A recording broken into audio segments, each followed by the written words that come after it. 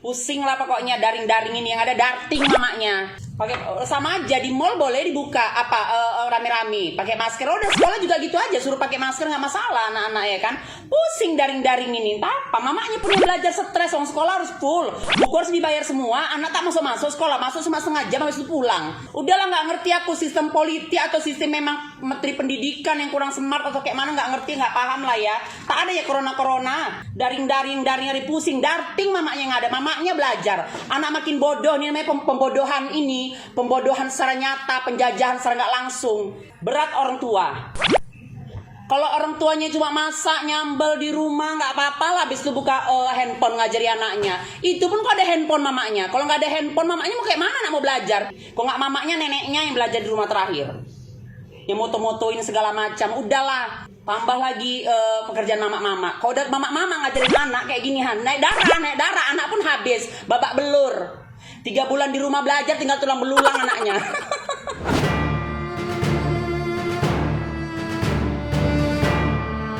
Hai, aku Yulia. Dengerin lagi ya Your Yulia channelnya.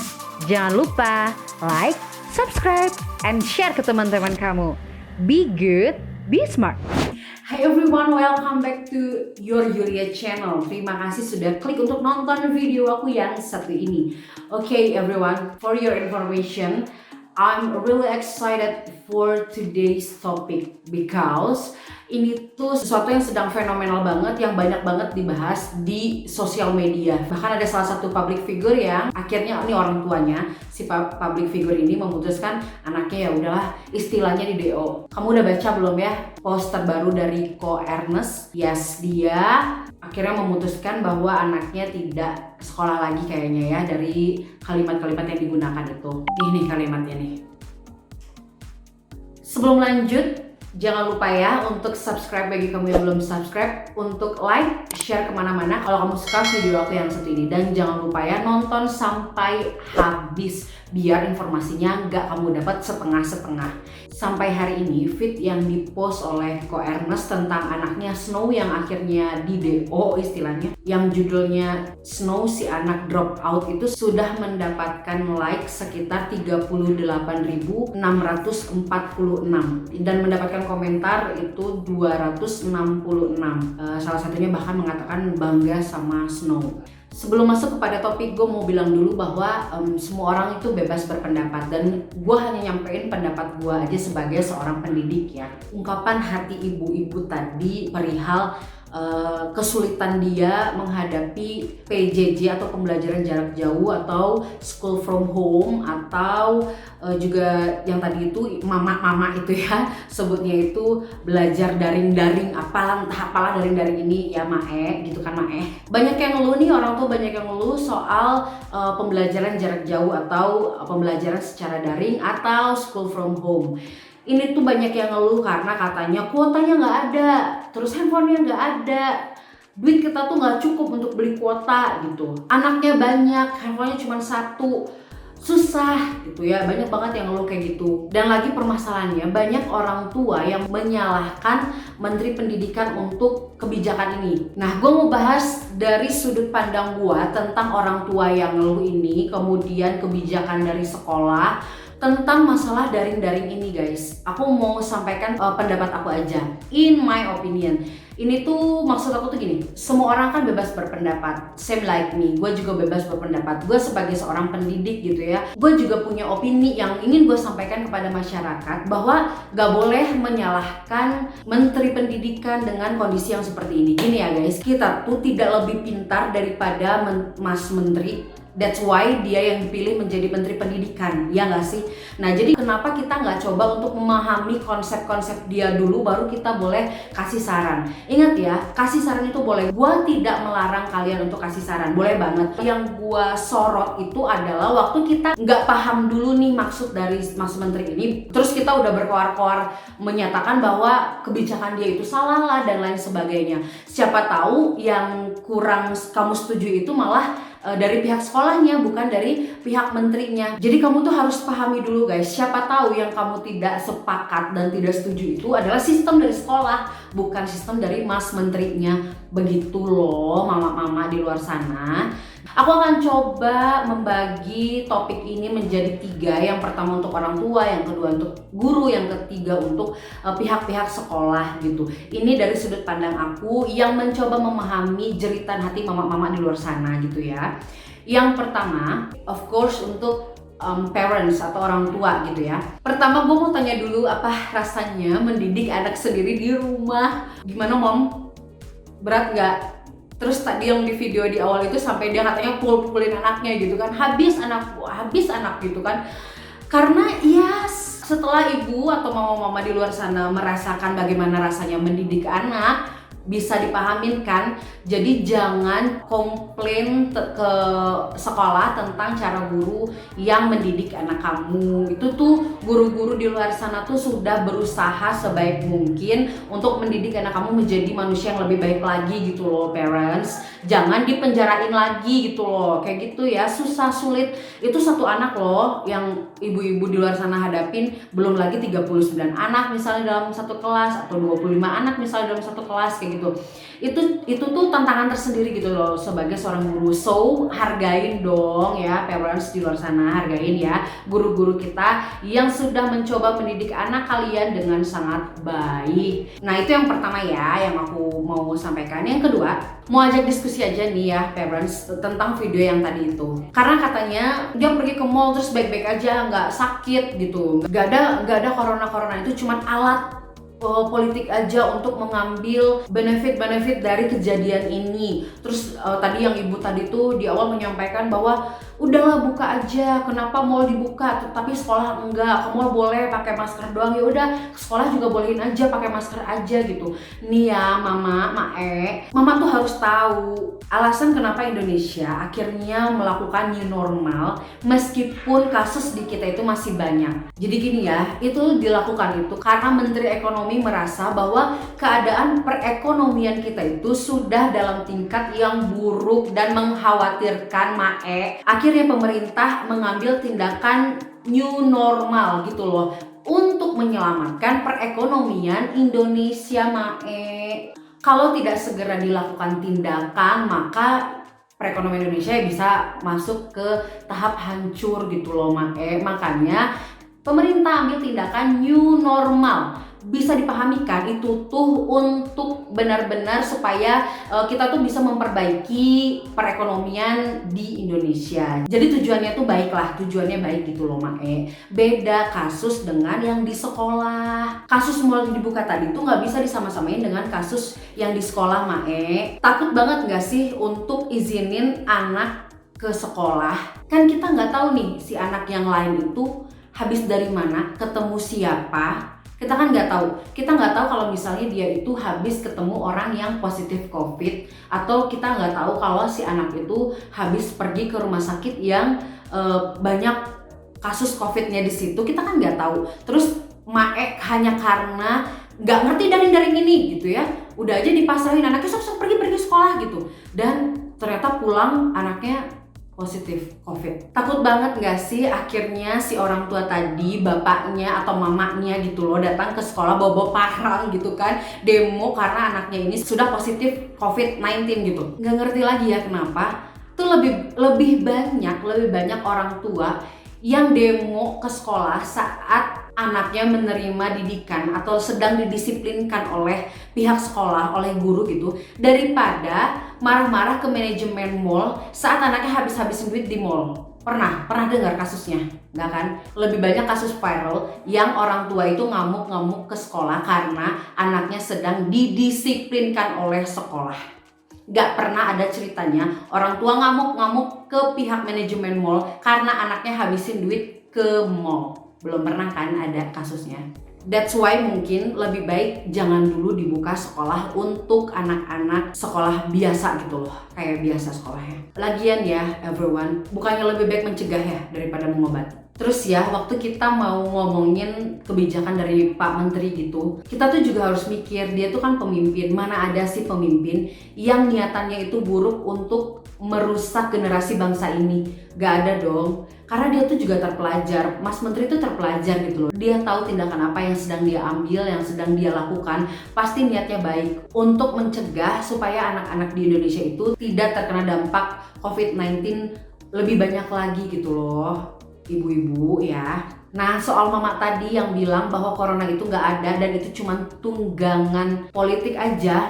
Gini ya, Mak, kalau persoalan itu tuh udah berat banget gitu loh. Emang sih bisa jadi orang-orang tertentu di dunia politik yang menggunakan keadaan saat ini sebagai sarana untuk dia mendapatkan keuntungan pribadi, bisa jadi. Dan aku juga bete untuk itu. Tapi kan ini kan cuman kabar burung ya nggak sih, Mak? Banyak banget yang bilang ini konspirasi lah dan lain-lain. Tapi kita punya kekuatan apa sih untuk membuktikan itu? Kenapa kita harus percaya walau nggak ada bukti? Katakanlah kalian tahu bukti dari si A, si B, si C gitu. Tapi ini tuh persoalannya yang complicated banget gitu loh. Ini tuh udah besar banget dan kita tuh nggak ada daya, nggak ada tenaga untuk memastikan bahwa ini benar 100% pure adanya memang kayak gitu. That's why menurut gua kita tuh harus bijak dalam bicara. Sadar nggak sih kata-kata yang corona itu nggak ada itu melukai hati orang-orang yang kehilangan keluarganya, yang kehilangan rekannya karena terkena dampak COVID-19 ini. Misalnya dokter-dokter yang berguguran karena menangani pasien-pasien di luar sana, atau anak yang kehilangan ayahnya, kehilangan ibunya setelah ayah dan ibunya itu terkena COVID-19 ini. Kalian pikirin gak sih hati dan perasaan mereka? Sedih banget gak sih jadi mereka waktu mereka mengalami hal yang sedih itu, sesedih itu, terus kamu bilang gak ada itu corona-coronaan. Aduh, kenapa kita gak bijak aja gitu loh, Mak, dalam berbicara. Nih ya, lebih baik kita itu mencegah hal-hal yang buruk ini semakin besar daripada kita itu menyesal kalau hal buruk ini menjadi besar banget gitu loh, merugikan bangsa Indonesia. Dan juga pada bacakan tadi ya yang aku udah sebut di awal postingan Ko Ernest tentang Snow anaknya tadi. Gue gak sedang menggurui, gue menghormati keputusan apapun yang diambil oleh Ko Ernest, Snow dan istrinya, karena memang mereka yang paling tahu didikan yang terbaik buat anaknya. Cuman kekhawatiran gue adalah ketika ada orang tua lain yang mengcopy paste tindakan itu tanpa dipikirkan dulu gitu loh secara matang. Ingat ya, ini cuman kekhawatiran. Khawatir itu kan bukan berarti sesuatu itu benar-benar terjadi gitu kan. Cuman kekhawatiran gue doang sebagai netizen gitu loh. Padahal gue gak 100% setuju dengan tindakan itu. Tapi sekali lagi gue tetap menghargai Ko Ernest sebagai orang tua yang terbaik. Pasti ngambil keputusan yang baik pula untuk Snow anaknya. In my opinion, di dalam keadaan yang seperti ini tuh ajang untuk kita mendidik peserta didik. Kalau karena gue seorang pendidik gitu ya, untuk kalian yang orang tua, untuk mendidik anak kalian, ini tuh ajangnya untuk mendidik. In my opinion ya, ada dua hal yang kenapa kita nggak coba ajarin kepada anak kita. Yang pertama, ini ajang untuk kasih pengertian kepada anak kita bahwa kita itu harus siap dengan perubahan. Yes, harus siap dengan perubahan, karena di muka bumi ini gak ada yang pasti, ya kan, kecuali meninggal. Jadi kita itu harus jadi orang yang punya kepribadian itu yang tangguh dan siap untuk perubahan apapun itu. Harus siap dengan hal-hal yang terjadi di luar kendali kita. Itu yang harus kita sampaikan kepada anak-anak kita, ya nggak sih? Harus kita jelaskan pengertian-pengertian ini. Setuju nggak sih guys? Kalau hidup itu bukan soal suka atau nggak suka. Setuju nggak sih guys? Kalau hidup itu tidak melulu bicara soal suka atau tidak, tapi soal menerima. Misal ya, anak kita nih punya peliharaan kucing, terus kucingnya sakit, akhirnya meninggal gitu loh. Nah kita tuh lihat anak kita ini kan pasti dia nggak suka dengan perasaan sakit kehilangan sesuatu yang dia sukai. Tapi kan kita nggak bisa menghentikan ajal si kucing ini hanya karena kita tahu anak kita ini nggak suka kehilangan sesuatu.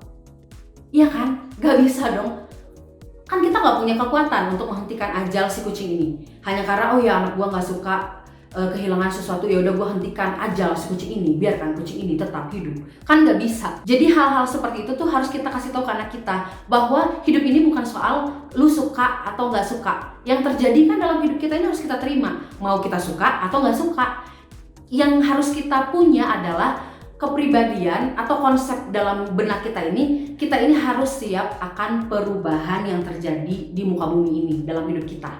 Mungkin akan lebih baik gitu ya, kita itu kasih pengertian tiap hari kepada anak-anak kita soal keadaan sekarang. Tentunya dengan cara kita, karena kita yang paling memahami anak-anak kita, ya kan? Rasanya hal ini layak dicoba ya, parents dan para pendidik yang lain. Yang kedua, ini tuh ajang untuk ajarin anak kita apa arti perjuangan sesungguhnya. Ajarin anak-anak kita, anak didik, anak-anak kalian ya, orang tua, bagaimana caranya supaya anak-anak itu tetap bisa disiplin di rumah. Walaupun belajar dari rumah, mereka tetap bisa menyelesaikan tugas-tugasnya, menyelesaikan project-project dari sekolah dengan tepat waktu. Sadar atau tidak, kalau orang tua mengajarkan hal ini, anak-anak itu akan terbiasa gitu loh untuk mendisiplinkan diri gitu, menjadi orang yang lebih bertanggung jawab. Ingat ya, orang tua juga harus menyampaikan pemahaman-pemahaman bahwa kamu harus disiplin walaupun belajar dari rumah, supaya anak-anak kita itu tumbuh menjadi orang yang pantang menyerah, pantang mundur, lebih kreatif. Soalnya ya parents, nggak tahu kenapa anak-anak zaman sekarang, waktu belum ada corona nih, aku guru kan, aku tuh ngajarin anak-anak dan aku kasih PR, kemudian akhirnya besoknya anak-anak tuh banyak yang tidak mengerjakan PR dengan alasan-alasan yang cemen banget gitu lah, yang aduh bisa lah ada jalan keluar gitu loh, gampang banget untuk bikin PR dari alasan-alasan yang gak masuk akal itu. Salah satu alasannya, mereka tuh bilang kalau printer di rumah rusak, jadi mereka gak ngerjain PR. Padahal di luar sana banyak banget tukang fotokopian yang bisa sekaligus ngeprint, ya kan, banyak banget kan. Tapi alasan mereka adalah printer di rumah rusak, jadi aku nggak bisa ngeprint. Si parents, jadi mereka tuh daya juangnya rendah banget gitu loh. Ada juga yang murid nggak ngerjain PR hanya karena capek malamnya, jadi ketiduran. Ya ampun, bisa kan dikerjain waktu pulang sekolah PR-nya gitu loh. Jadi malamnya bisa istirahat gitu. Jangan sampai hal ini, hal cemen ini, hal gampang banget ini tuh dijadiin alasan gak bikin PR. Dari situ aja bisa kelihatan kan bahwa daya juang anak sekarang ini rendah banget. Tapi masih ada sih 1-2 orang siswa yang dia tuh gak mampu print tugas nih, gak punya uang, tapi dia punya inisiatif mengerjakan PR-nya tuh ditulis tangan sendiri gitu loh, dirangkum gitu, terus dia ditulis tangan sendiri. Dan aku sebagai guru tidak punya masalah tuh untuk itu. Aku suka, aku terima tugasnya, aku beri nilai, malah aku kasih nilai plus karena dia sudah punya inisiatif caranya tetap mengerjakan PR walaupun dia tidak punya uang untuk print tugas ini keluar. Dia sudah berjuang sejak dini. Bagus. Jadi gitu ya untuk para parents atau orang tua di luar sana. Semoga video ini tuh bisa mengubah pola pikir orang tua di luar sana, dan jangan lagi nyalahin menteri lah, jangan lagi merasa bahwa ini tuh beban banget gitu loh. Jangan ya, kalau orang tuanya ngerasa ini beban banget, anaknya juga bakal jadi pusing. Tapi untuk orang tua, coba temukan bagaimana caranya bicara dengan anaknya supaya dia bisa disiplin, mendisiplinkan diri, kasih tanggung jawab sama dia. Lanjut untuk guru, sesama pendidik, untuk para guru nih, jangan juga barbar gitu loh kasih tugas kepada anak-anak. Kasihan juga para peserta didik kita gitu. Jangan sampai mereka tuh habisin waktu banyak banget di depan layar laptop, komputer. Jangan juga gitu loh. Jangan nafsu banget gitu loh kasih tugas-tugas yang toh akhirnya bikin mereka juga frustasi gitu kan. Jangan juga kayak gitu. Mungkin bisa gini nih caranya, kolaborasi. Misalnya nih kayak aku guru bahasa Indonesia, kolaborasi dengan guru IPS misalnya, bikin satu tugas proyek untuk 2 mata pelajaran ini. Jadi kan ada satu tugas untuk 2 mata pelajaran, jadi anaknya juga bisa lebih excited karena dia bisa dapatin langsung 2 nilai. Nah mungkin untuk guru-guru yang belum pernah cobain cara ini, boleh nih sekarang cari guru mata pelajaran lain yang mau kamu ajakin kolaborasi. Coba pikirin topik apa, materi apa yang bisa digabungin, dikolaborasiin, jadi muridnya nggak pusing gitu loh untuk ngerjain terlalu banyak tugas. Tapi waktu murid mengerjakan satu tugas bisa dapat 2 nilai atau 3 nilai bahkan. Ya gimana gurunya nih, harus terus berkreasi. Temukan ide-ide baru ya guru-guru. Nah sekarang untuk sekolah. Untuk sekolah-sekolah ini aku nggak sedang menggurui atau apapun, aku cuma mau kasih saran aja. Dari yang aku baca di sosial media dan dari tadi tuh video yang mama-mama barbar banget tadi itu, dikatakan bahwa uang sekolah tuh tetap harus dibayar full, nggak ada diskon, nggak ada potongan.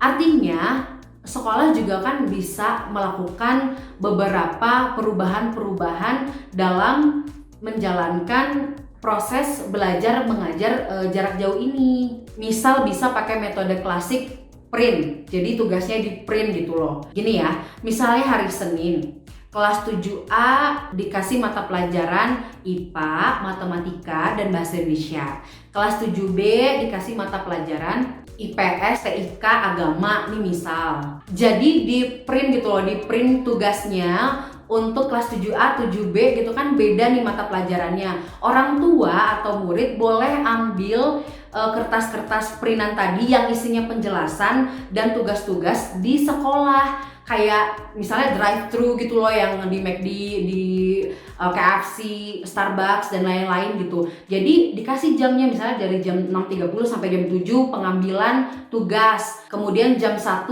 ditargetin jam 1 murid atau orang tua sudah harus kumpulin tugas-tugas tadi yang udah dibawa tadi pulang. Nah, si materi itu kan bisa ditukar gitu loh.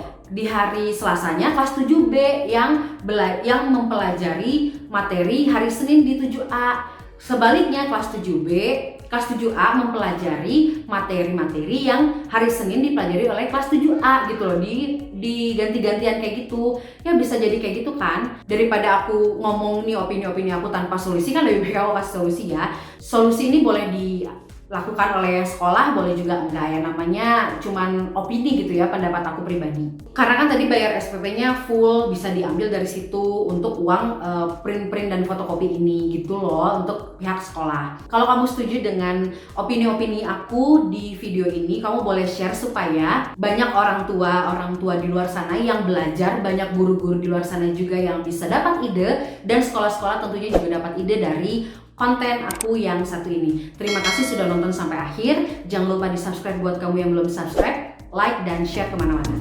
Terima kasih ya.